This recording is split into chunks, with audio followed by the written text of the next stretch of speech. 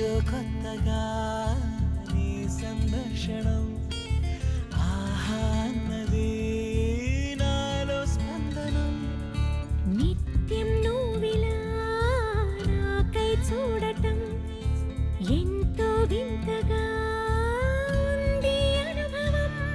నడివేసవిలో మరిగిస్తూనే మురిపిస్తోందే నీ చల్లదనం ఎదమంటంతా దాచేస్తూ వెన్నెలైంది ప్రేమ గుణం.